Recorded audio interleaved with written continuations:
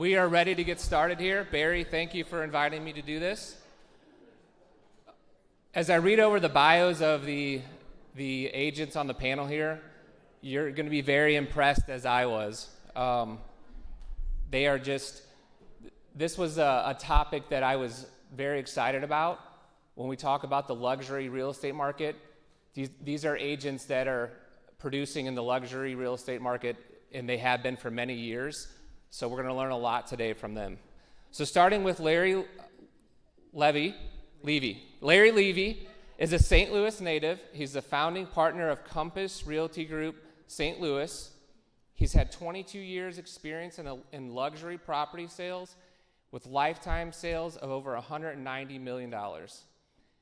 His professional real estate expertise consists of historically built homes between 1900 and 1945, high-quality luxury home building, luxury home remodeling, high-wealth professionals, executive and physician relocation. His professional organizations consist of the St. Louis Realtors Board of Directors, St. Louis Realtors Leadership Board Committees, Professional Standards Committee, Strategic Planning, and in local boards of St. Louis Men's Group Against Cancer and the Rotary Club of Clayton and Ladue.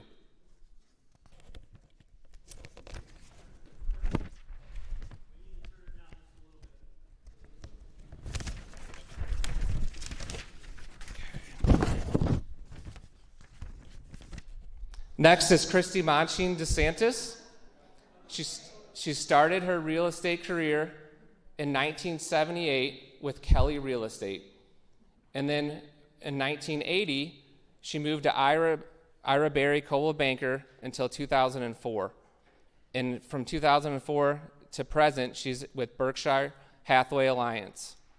She's the #1 agent for Berkshire Hathaway Alliance from 2004 to present. Her son, JT, joined her as a partner in 1998. Their sales volume for 2021 is $84.7 million. She's a top 100 agent for Berkshire Hathaway out of 50,000 agents. She's ranked in the top 10 agents in St. Louis of over 9,200 agents. Her focus is on the Central Corridor, Chesterfield, Wildwood, and St. Charles County, and she specializes in the luxury market. Their team consists of 2 office administrators, a marketing manager, and 5 agents. Her community involvement is St. Louis Fisher House, a home for the families of veterans needing medical care here in St. Louis.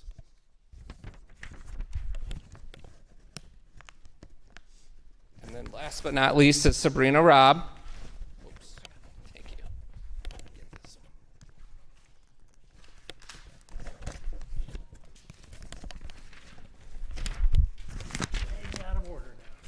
Thank you. Sabrina began her real estate career in Chicago 20 years ago and has been selling in the St. Louis Central Corridor since 2004. She and her team partnered with Compass Realty Group at the end of last year. Sabrina is supported by a team of specialists, and together they sold nearly $50 million in 2021 with an average price point of $875,000. She's a member of the Grievance Committee with the St. Louis Association of Realtors, and she's the former president of the Clayton Chamber of Commerce. Her goal for 2022 is to learn more about investment properties and how blockchain technology fits into the real estate world. I'm interested in that as well. There's a lot to it. Her favorite part of the day is driving her 14-year-old twin sons to school.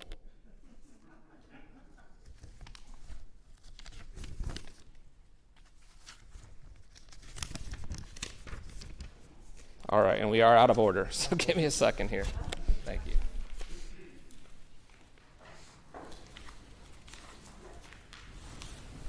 Did you hear the one about the... No.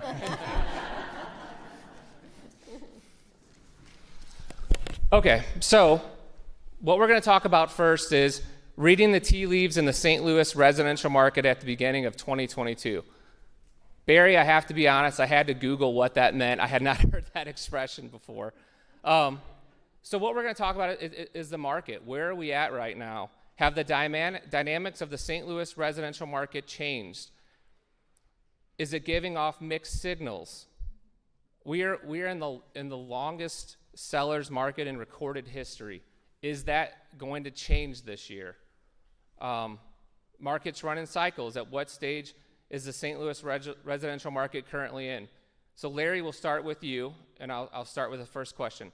Do you feel that the dynamics of the St. Louis residential market have changed? I would say no.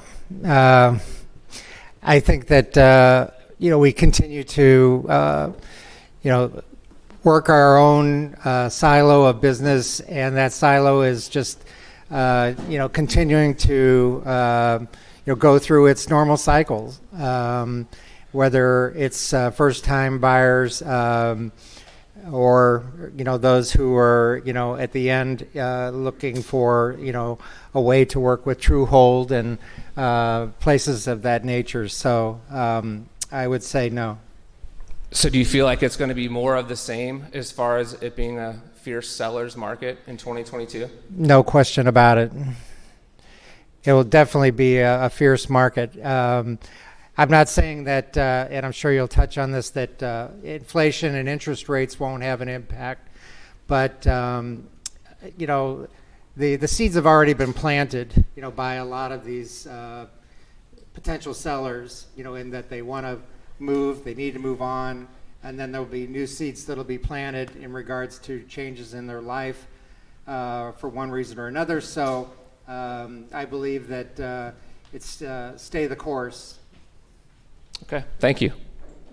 Kristi, what are you seeing? We're all going to probably just say ditto here, but I think that 2022 is going to be very similar to 21. Although I've been I think of watching every blog, every news thing. We're all trying to figure out how to reinvent ourselves. I think in 2022 to figure out how to get our phones to ring and how to get buyers and sellers to move and how to get them from point A to point B. And I think this year is going to be a little bit more challenging. I think it's going to be similar. Everyone that you're listening to right now, they're telling us that they think that our inventory might loosen up a little bit this year. But I think we're in for a little bit of what we had last year, which none of us have been prepared for this market. I mean, I've been doing it for 44 years, and I've never, ever in my whole life seen anything like this where there is no inventory. And all of us are, trying to figure out how to get our sellers to move without being frightened of buying. And I don't know, when somebody figures it all out, we'll all be millionaires on beaches somewhere, I think. But I think it's going to be very similar. Sabrina? Yeah, I agree 100%. I think it's still going to be a seller's market. It's going to be gridlock in the market. I think in the luxury market, I don't think the rise of interest rates is going to have a significant impact on what buyers are willing to do. The contracts that are being written right now are the buyer has to be willing to take the risks, and there are just buyers that are being shut out of the market because they're not taking certain risks, and they're going to have to get to the house. So as an example, we brought on a house that was listed at 1.2 this past weekend. We had 64 showings, multiple offers, and so I think that's just a lot of demand for the market to absorb, and I don't think that demand is going to be absorbed in the market within the next year or two. I think it's going to be like this beyond this year. Okay, thank you. How are the major factors of interest rates, inflation, and buyer demand affecting the market?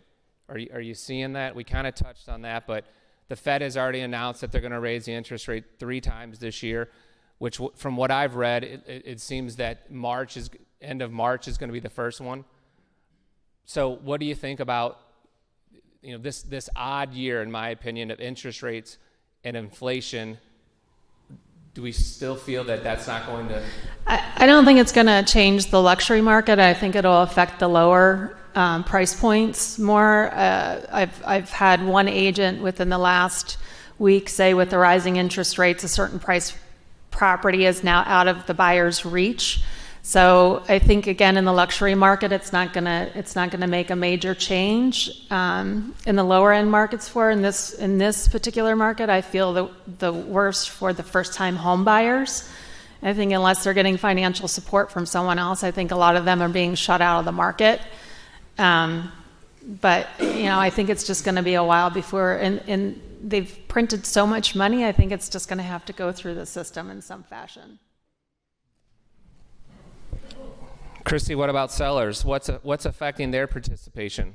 What's affecting them wanting to list in 2022 or to not? Well, I think we all are getting the question, and every single one of our sellers that is wanting to sell right now is just, they can't find anything. And obviously, as Sabrina said, the higher the price point, those sellers aren't worried that much about even selling their home because they can afford it, but there are others, that can't, and they're all afraid of being homeless right now. And it's so frustrating. And I mean, our buyers that are out there are, writing 5, 10 offers. They're going 75,000 over. They're not getting them. They're getting fatigued by it. And, like I said, the higher the price point, I don't think the inflation and whatever's going to, have anything to do with it. But the sellers are just, all of our sellers are like ready to go and so frustrated. And some of them have been out in the market for over a year. And they're all saying, well, is this year going to be any different? Is this market going to be any different? And, none of us have been prepared for this. None of us saw this coming. And so the sellers our sellers are very frustrated because everybody's like, wow, I'm going to make a whole lot of money on my house, but then they don't have anywhere to go. And of course, then they're getting beat out and they're paying a lot for where they're headed. So we're in this vicious cycle that we're all trying to figure out how to maneuver right now. And it's very frustrating for everybody out there. Larry, what's happening with multiple offers? What are you seeing in the multiple offer over asking price scenarios? Last year, they were. I'm sure you felt that you were seeing that a lot. And do you think that that's going to be more of the same? And what's going on? What's winning offers? How are they structuring an offer that's winning? Well, I would say that the multiple offers is not going away. That's number one. Number two, I just experienced a week ago on a house that was priced at $375 in Chesterfield. They got 26 contracts, and the buyer paid $80,000 over list price. I mean, come on. What are you going to do? And I came, and that was 20% over, and I came in at 13% over. The only thing I didn't eliminate was inspections, and I shortened that up to almost nothing. So those factors are being eliminated. I think one of the ladies talked about risk. They'd rather have the house and take the risk, than not get the house at all.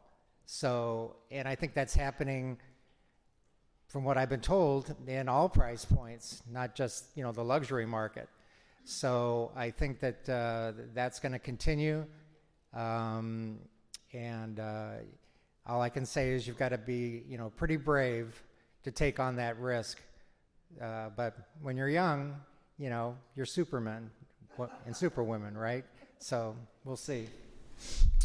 I read an article published in the New York Times. It was published in September of 21, and it was a surprise to me that St. Louis was listed as having one of the lowest rates of bidding wars, because I feel like it's pretty competitive here, and we're actually one of the lowest in the nation.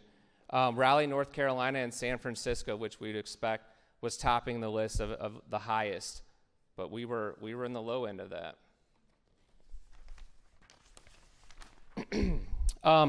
Sabrina, are there any steps or strategies that agents can take to ensure that they make money on the way up and on the way down in the real estate market cycle? So when we finally do come to a neutral or a buyer's market, which who knows when that's going to be, any strategies or thoughts behind how to stay relevant and busy? Yeah, I think it's just the same rules of staying in contact with your database and your sphere. And so when the pandemic hit, and we weren't selling, it was trying to figure out how do you sell a house without buyers actually without them actually coming into the house, or having sellers feel comfortable with having buyers come into the house. And we used that time just to consistently stay in touch with our database. And that proved useful when we saw the market go up. So I think it's the same rules regardless of which market you're in. So kind of going back to the basics. Back to the basics, yep. Your sphere. Kristi, any thoughts there? No, it really is. I mean, after doing this for a long time, you know, people tell me I'm old school because I'm the oldest one here, but but it is going back to basics and really looking at, you know, your business. And, you know, we've all have tried to figure out the best way to do that. Technology's played an incredible part, but we've really gone back and looked at our business through the many years of doing it. And really, you know, as Sabrina said, it's just staying really close to your database and letting everybody know that, you know, you're keeping a good eye on the market and you're looking at values and you're trying to guide, you know, your clients. And it really is personal touch. I mean, we're all so used to technology, and everybody, I think obviously the older one, you know, the older we are and the younger ones just think everything happens on the internet and you just have to do that. And I think buyers and sellers today really want the personal touch and the communication in person to feel like you really know what you're doing. And so that's been kind of our philosophy. Larry, any thoughts there? What was the question? When we talk about steps or strategies that agents can take to ensure that they make money on the way up and on the way down, so as the market, you know, when we get to a point where it's going to change and neutralize a little bit or become a buyer's market again, what can you do to stay relevant and continue to be successful? Well, one of the reasons I went with Compass in June, and I had been with Janet McAfee, which was the number one luxury boutique company in town. I had joined Compass because of their philosophy of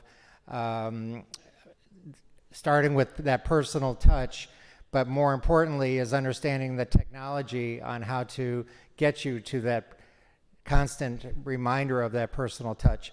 And all that falls back on the process of using your CRM, your database, to really get to know who those people are.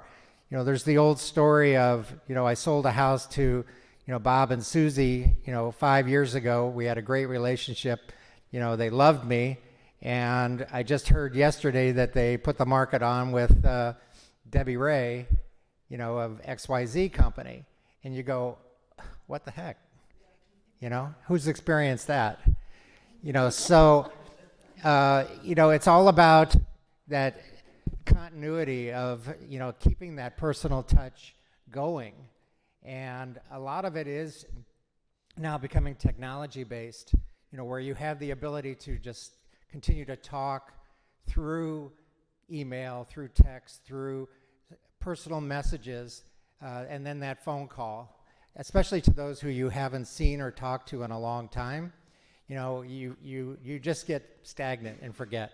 So that's my reason for joining Compass, and their philosophy is to grow and be more of who you are, using your personal traits to do that, and then you'll make more money eventually. It's not the dollars that you're focused on. You know, it's still your clients, and if you just stay focused on that, the rest will come. I agree. Okay, so now we're going to move on to the next topic, which is how to succeed year after year in the luxury St. Louis housing market. You three all have major backgrounds with noteworthy brokerages. Typically, those firms are known to cater to the high end, but not exclusively. So what I'd like to do is each of you, let's define the luxury real estate market in St. Louis. So the first question, Sabrina, what price point do you think it starts at? So in St. Louis, I think that the price point starts at $750 Okay. in the luxury market. And tell me again. No, that's what we started with. I just wanted to. I want each of you to give that opinion. Kristi, do you agree to that, or Yeah. Larry, $750? Okay. Is this segment of the market defined by the neighborhood or the specific house, or is it strictly the price point? Well, for us, it's all of those. It's price point. It's the people that you're assisting, and it's the location. So, and our big push right now is defining luxury as an experience, not just a price point, because I don't want anyone to feel like they can't use us as their resource. So implementing stages in our process to make anyone feel like this is a luxury experience.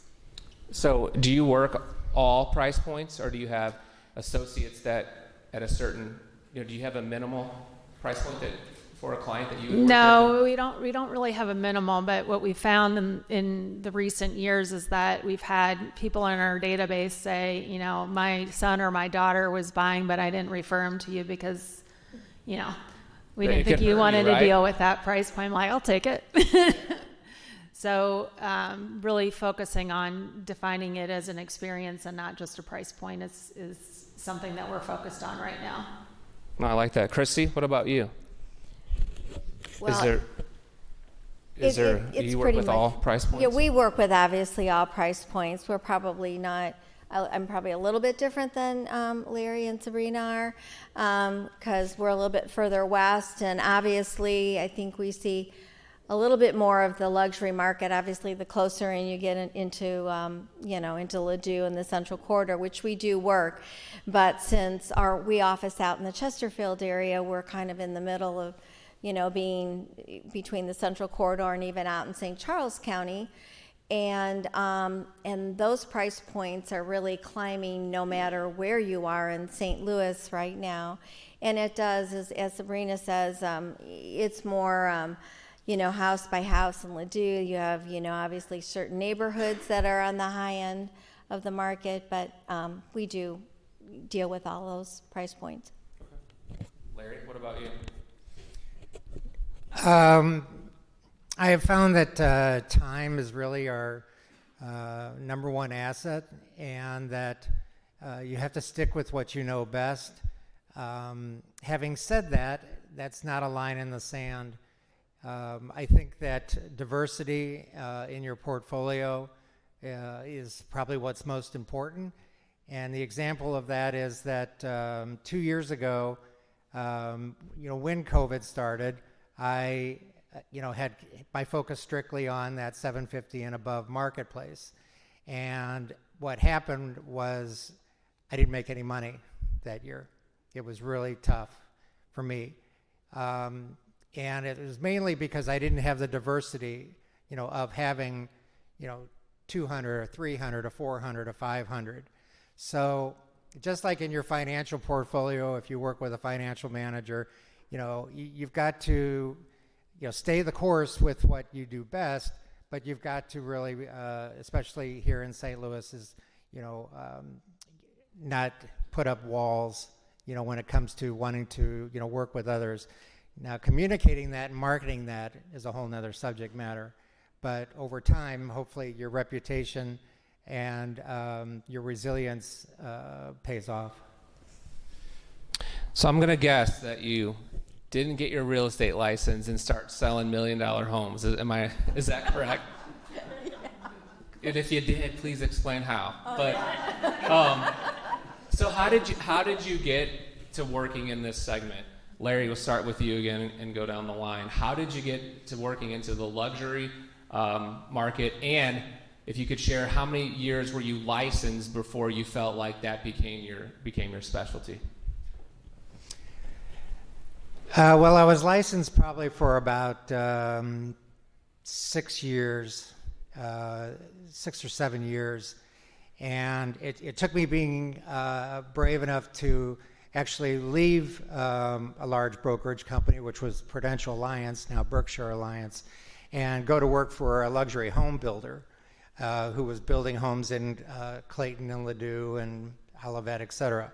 So that was, my challenge to myself was to raise that bar and strictly sell luxury homes and to become a student of that and to learn it. So that was my first break into it. Mine was a lot different way back when. It just doesn't happen overnight. I was probably one of the first agents in St. Louis that started to so-called farm and market. And I decided, well, I was going to start marketing first my neighborhood. And I didn't live in a luxury neighborhood when I started out. And then when I realized how well farming my neighborhood was, I thought, well, if you can do it there, you should be able to branch out and go to some areas around you and start working some of the neighborhoods that were more high end. So, I mean, it's really a process, and, it always takes that first couple of deals. And, once you have history and people know what you do, you have some credibility, you're able to go out into the marketplace. But the luxury market takes a lot of, it takes a lot of homework a lot of the times, especially right now with what values are doing. And so you just have to go out and learn your neighborhoods and learn the market. And after you have, gotten your feet wet a little bit, people will understand that. And then they come to you and they go, oh, you only sell upper end. And we go, oh, no, we sell all price points, because sometimes those $200,000 buyers become $1 million buyers overnight. You never know. But you have to get a few sales underneath your belt. But it's about learning the market really well. So I entered it just by being in the location of that price point and being part of that community. Whether you're selling a $200,000 house or a $2 million house, the process is the same. So, there are people that are intimidated by working with a luxury buyer or seller, but the process is the same regardless of what price point it is. Maybe the expectation of service might be different for that client, but the process is the exact same. And then with getting your foot in the ground, buyers are more willing to work with agents that have less experience than sellers. Sellers want to see a history and work with someone that has a reputation, the history, and can show that they have a proven track record. Buyers are less concerned about that. So with entering the luxury market, figure out how to be part of that community and then focus on the buyers first, then the listings will come. Thank you. Sabrina, what did you do before you started selling real estate, and how did you get into real estate? So I was part of software companies in the early 90s up until, late 90s, 2000. I was a software engineer, sales software engineer, so I supported the sales team with the technology part of it. That's one of the reasons why I'm excited about blockchain and what that's going to do to our industry. It's kind of coming full circle for me, I think. So I find it'll be fun. Yeah, there's a lot to it. Do you understand it? I'm starting to.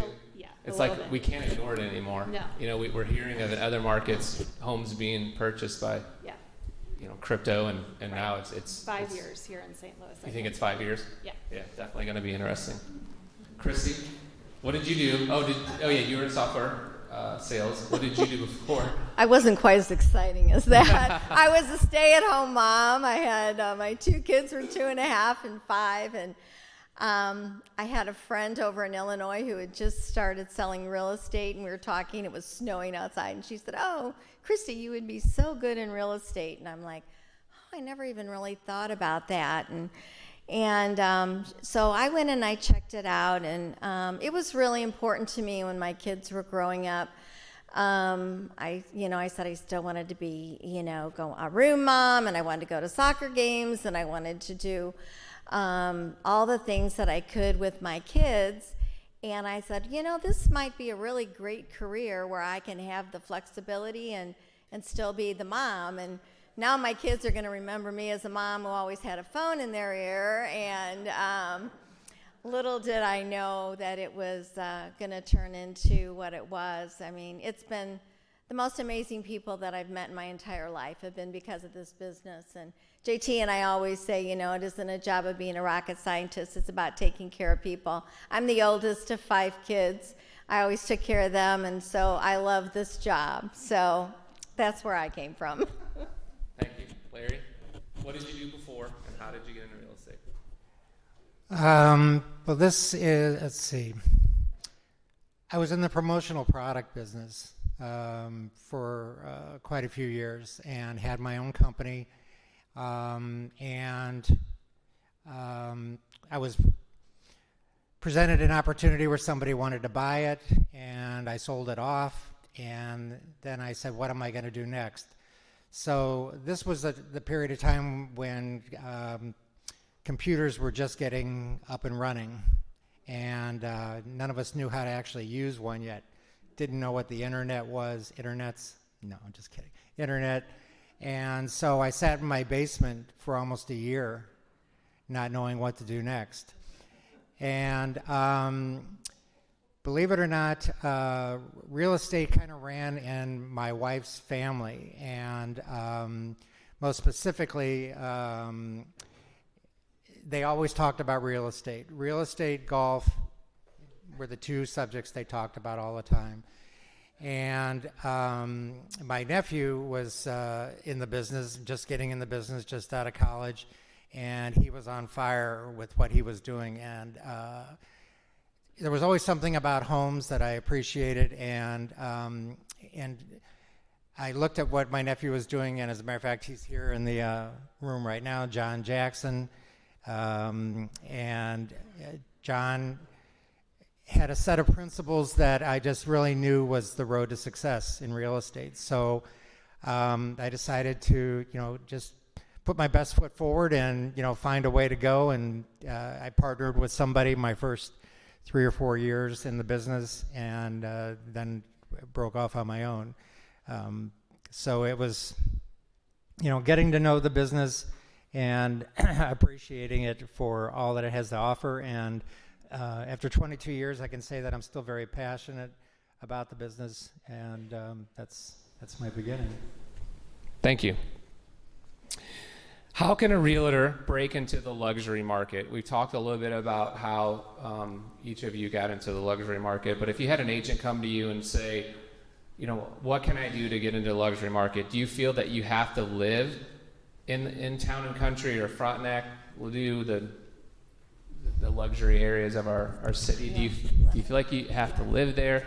And what would you recommend? I don't think you have to live there. I think you have to, if I had someone that was talking about entering the luxury market, I would find a team to work with, holding open houses, meet the buyers first and start with the buyers, but find a way that you can be part of that community, whether it's living in that community and your kids go to school in that community, or finding a team that has a foothold in that community. I don't feel like you have to live in I didn't live in one of those communities when I did start, and it's pretty much what I said earlier. I mean, it's just really getting to know the marketplace, and if you decide you really want to get into the luxury market, is go in, look at areas that you're comfortable with, familiar with, do your homework on them, and become a little, an expert. And with technology today, it's so easy to do. So.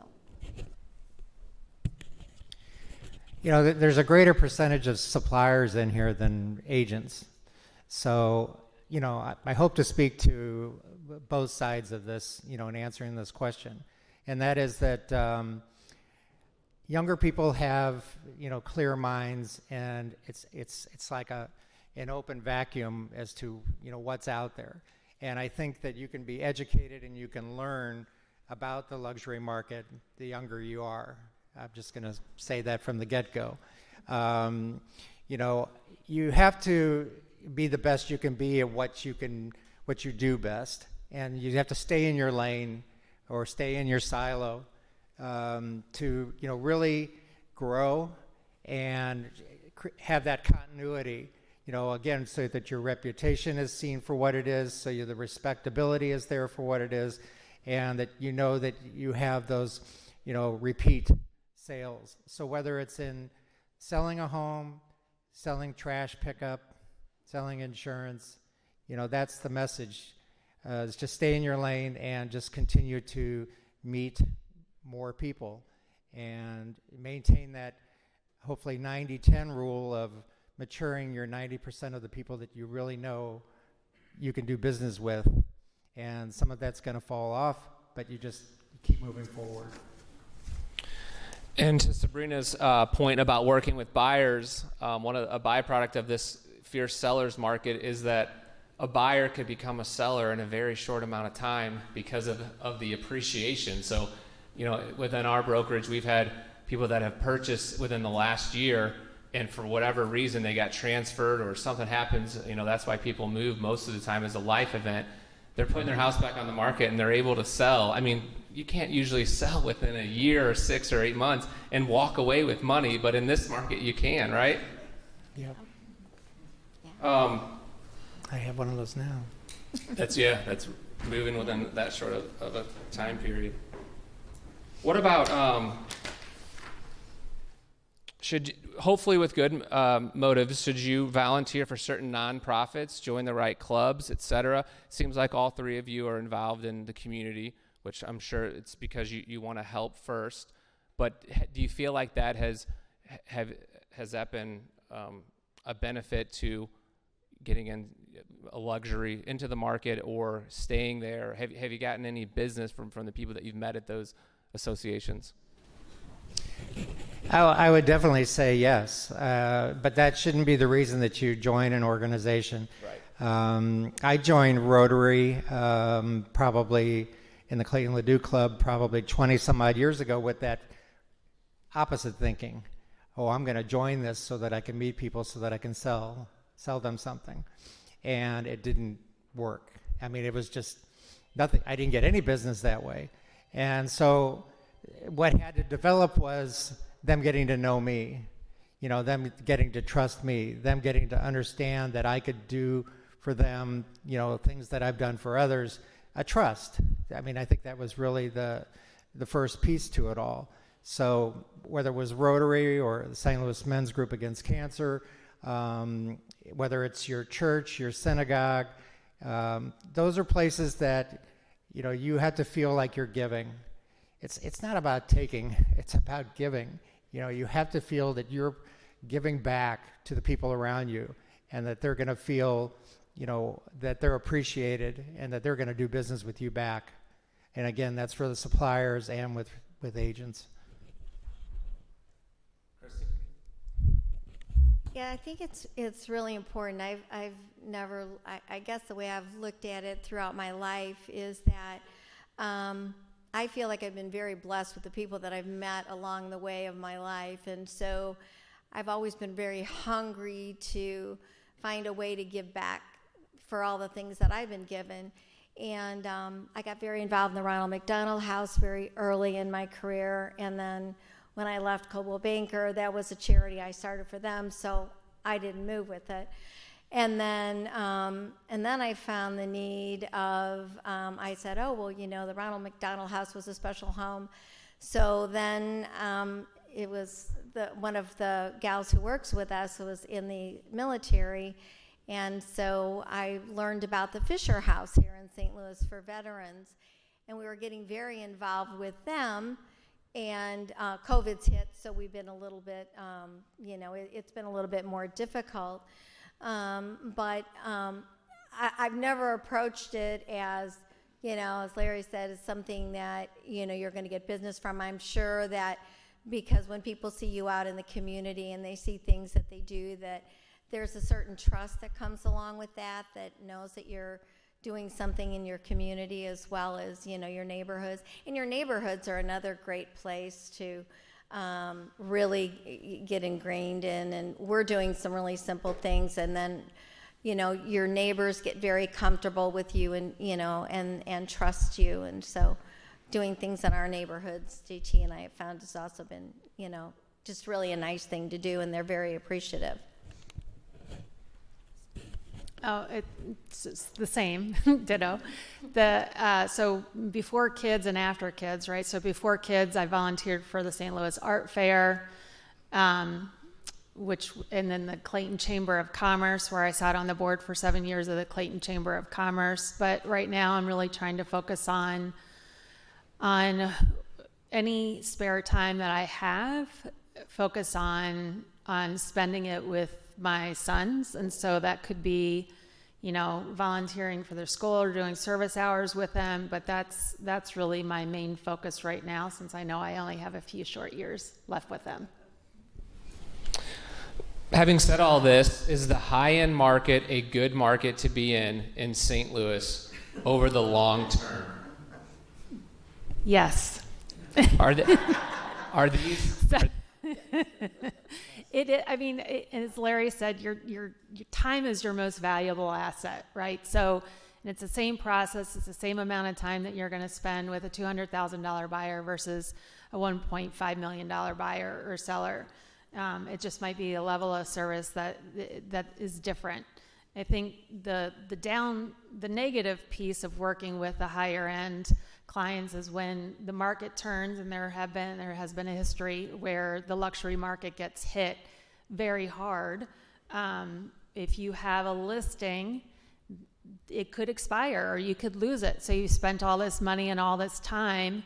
I think you are more apt to lose a luxury listing than you are a lower price listing.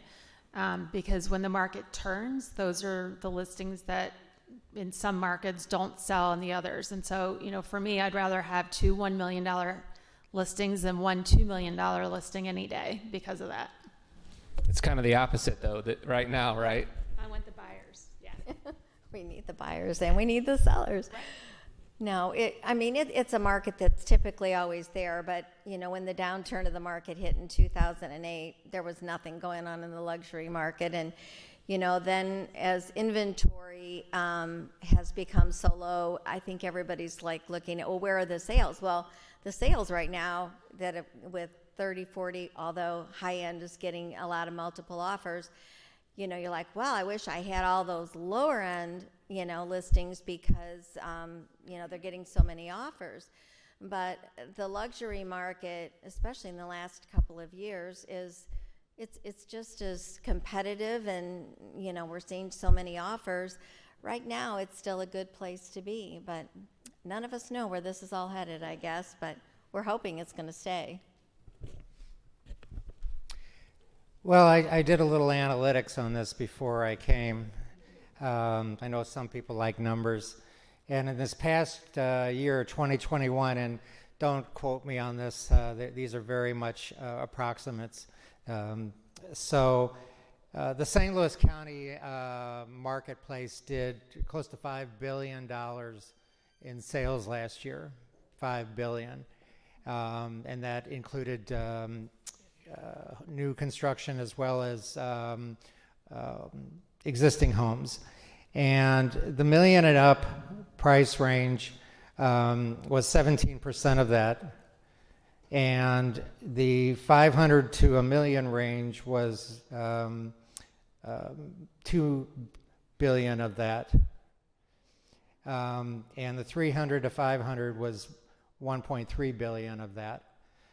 And in transactions, there were 12,804 transactions. Well, there were 518 transactions of $1 million and up, and 3,408 transactions from 500 to $1 million, and 3,541 transactions from 300 to 500. So the meat and potatoes is in the middle. You know, that's really the continuous message that's out there. But you can see that the luxury piece is huge. I mean, even though transactions, it was only 4%, or let's say 31% in total, it was still over 50% of the business. So be a good student if you want to learn about luxury. Learn what's going on in that marketplace. What I will tell you, and I underline this greatly, is do not believe in what you see in reality TV. How so, Larry? If you watch $1 Million Listing and think that's the way business is done, you're in the wrong business. That is for pure entertainment purposes. They do not meet for lunch and talk over deals in St. Louis. So, you know, it's really important to, you know, continue to learn and learn well. I will say one last message, and that is, and this is something that John said to me a long time ago, and I didn't believe it until June this year, that coaching is the way to learn and grow. And if you can find a coach in the business industry that you're in, who can show you, you know, where we're going and how to get there, with the right, you know, techniques and the right principles. You talked about getting back to basics. Well, the basics have changed in a lot of ways, especially with younger buyers and sellers. And especially with technology. And coaching couldn't be more important. And that's something with Compass, again, that, you know, that is an underlying piece to this to, you know, sustain and grow our business. So, you know, find a coach in whatever you do and grow. Yep, I couldn't agree more. We strongly believe in coaches. Sabrina, Kristi, have you coached in your career? Have you hired a coach? Yep. So when we talk about the transactions in the luxury market, are they different? How are they different than the average transaction besides price? Sabrina, you had talked about service. Like, what are you doing to create a better experience for the client? So we have a program in place where we acknowledge the different steps in the transaction, just so they know that they're not just, you know, a cog in the wheel, and that we're actually giving them recognition along the way as part of our process. And the other thing I would say in the luxury market, it's been my experience that, you know, the people that we're working with generally don't have a ton of time.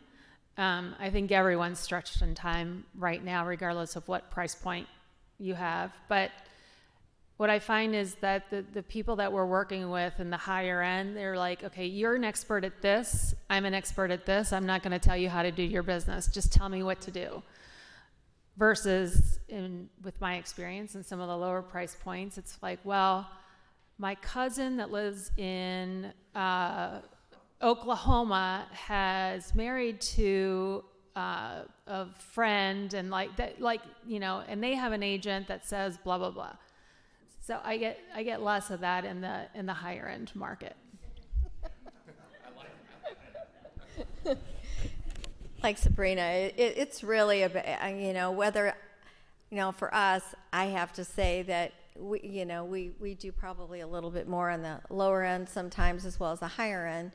And it really is getting very structured and having systems and really we try to take off as much off of our sellers and our buyers' plates as we can. I think we try to overperform and underdeliver a little bit. And so it really is having everything in place. And like Sabrina said, they're so busy, and some agents will say, oh, well, they can just do this or they can do that. And I mean, we say that a lot too, but we're like, it really is about taking good care of them. And I think as much service and professionalism that you can show in all your transactions that you do, your buyers and sellers are going to call you over and over again.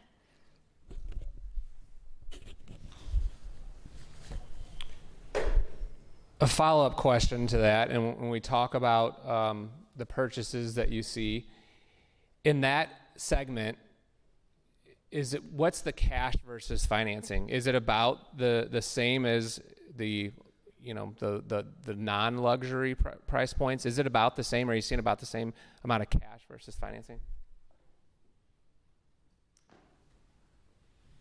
Say the question in another way. Do you feel there's more cash in the market in the luxury segment, or do you feel like it's still, 80% are financed, or what does that look like? Do you see more cash in that price point? Well, I feel that over the last few years, cash has definitely been a key part to the luxury marketplace. The stock market, has provided more cash availability to the luxury homeowner versus the non-luxury homeowner. And I think they're stockpiling it. And so for them to have cash available to do with what they want, that might be involved with buying a new primary home. It might be looking for a secondary home in a secondary market, something as a destination purchase. Usually a luxury buyer is looking at the quality of life more so than the rush of the game to make money. And so with that, they have the ability to use that cash. Now, having said that, cash is so financing is so cheap, that a lot of them will take that opportunity and still get a loan. It's a personal thing whether they're going to put down 20% or 40%. So it just depends on it, but the cash is definitely in big supply. Because it's not worth as much as it used to be, and that's going to continue to happen this year for sure. Kristi, Sabrina, what do you think? Do you feel like there's more cash? Oh yeah, I think there is, and unfortunately in the market that we're in, if you can't walk in with a cash deal in most of what we're seeing in almost every price range, all these buyers are losing out, and so they have to really be prepared. And in other markets, we probably would have never seen that, but the last 2 years, we're seeing it all the time. Well, gosh, what do you mean? I have to have cash for this, but that's the only way until this loosens up a little bit. So we're seeing a lot more of it than I've ever seen before. And I'm seeing the same. I'm seeing that buyers are showing that they have cash, but they're still financing it because the interest rates are so low, and they're able to make more money keeping it in their investments.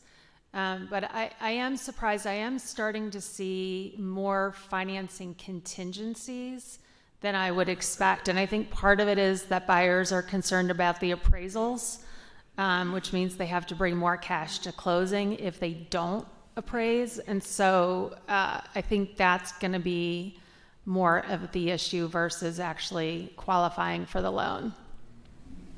Okay. One more question, and then we'll do a quick Q&A. When it comes to having a luxurious office, in this day and age, do you feel that is important in the luxury market? Yes. You do? Okay. Yeah, I do. I still do. Clients are still they're coming into the office? Yes, they are, or you're meeting with them somewhere. Sometimes it's in their house, obviously, and that's the first place we go to. But I do still think it's important that you show them that that you have some sort of standard of space, because they have a standard of space, right? So it may not make a big difference as far as working in that space, but from a luxury buyer's perspective or seller's perspective, they have certain standards, and so they need to see you in that space as well. I think prior to COVID, yes, we were in the office more and clients were in our office more. And obviously with COVID, we have not been seeing very many clients in our office anymore. And it's more in their home or another place.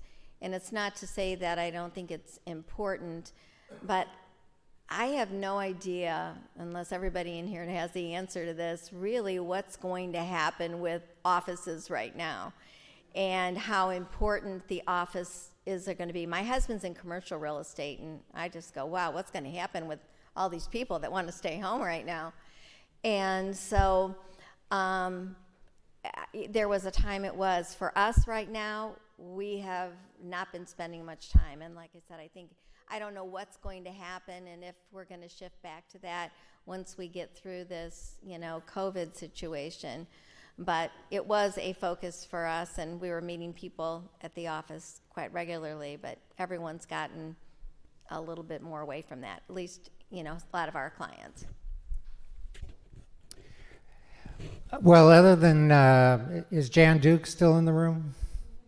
Well, other than Jan Duke, who is very successful in the luxury market without having a big office, the rest of us, I think, see the important asset of branding. And branding is important for all of us, again, whether you're in the insurance business or whatever, especially if you're trying to get your name out there. And the branding part of it is being able to be a significant something that you see and you visualize and you know that's there and it stands for something. And as you send your message out there that you're in the luxury market and they see a big sign, that says what it is, some people, that's why the billboard business has been as successful as it is, because it gives the people that advertise on those billboards that extra branding. So the interior of the office and that, I kind of reflect back to like a jeweler. When you see a high-end jeweler like Simon's and Clayton or, Clarkson Jewelers, whomever, they typically, they put into their interiors a really high-quality design and a feel. And so it's part of that branding, it's part of that marketing. And getting back to what Kristi said, I think that, well, first off, my wife is in the commercial interiors business. So similar to the commercial real estate business, but in the sense of she works with large companies that are doing the actual building out of spaces. And it is becoming more of a hybrid type of a environment because people are working from home. I mean, we all realize that. But the spaces themselves are going to continue to be there. It's just part of the business culture.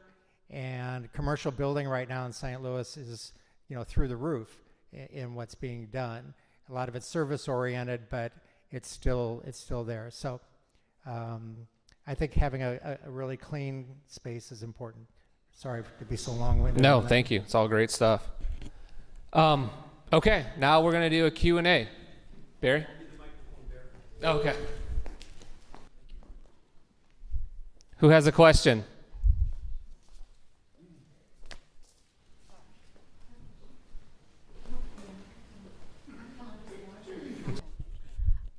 I'm curious, true hold aside, you mentioned 26 offers, 85K over. Are any of your sellers demanding leaseback terms to buy them more time? Are you guys executing sale leasebacks? We haven't been, but it's definitely big in the industry. I think right now you're hearing a lot more about that.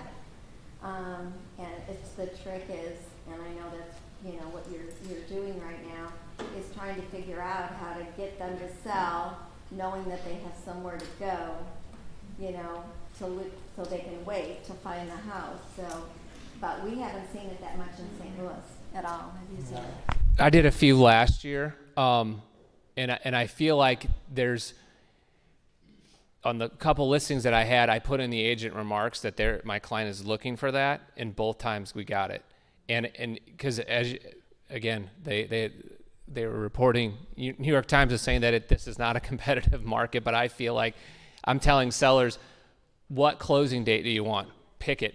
I'll get you the closing date, I promise you. So the buyers will basically do anything that make it more appealing for the seller. So I think we are going to see more of that this year as these offers continues to become more competitive. So we have 2 more questions, and would you move the mic along to whoever's going to answer? How do you guys coach your buyers or your sellers on what to offer a buyer commission? For luxury, non-luxury, you know, we're seeing the commission being offered to buyers being less and less, and just curious how you coach. Are you tiered? Yeah, are you tiered on the payout? When you have a listing, how do you determine what to pay out to the buyer's agent? Is that their question? Yes. Who would like to tackle that? So for us, we generally pull up comparables in that neighborhood and we see what the average payout has been. So, and it's generally by price point, but if we are in a neighborhood where, you know, other agents were mostly offering X, then that's how I coach the sellers to offer the same. One more question. Anybody? Okay. David? So, with the demand, I don't really need it, but with the demand in the high-end market, is it because we're seeing more people moving into St. Louis because of the biotech space and medical, so more doctors, executives, or is it solely because just inventory is that scarce? I think it's more that inventory is that scarce. It doesn't mean that we're not seeing it. We didn't see a lot of relocation traffic over the last couple of years, and I do think we're probably in for seeing a lot more of it as we hopefully get to the end of this pandemic. But I think the luxury market right now is basically been local buyers, and is that what you guys are seeing? Mm-hmm. Yes. Okay. All right. What an incredible panel. Thank you so much. Wow. One of our best panels ever, and one of our best moderators ever. Thank you. I have several things to finish up, and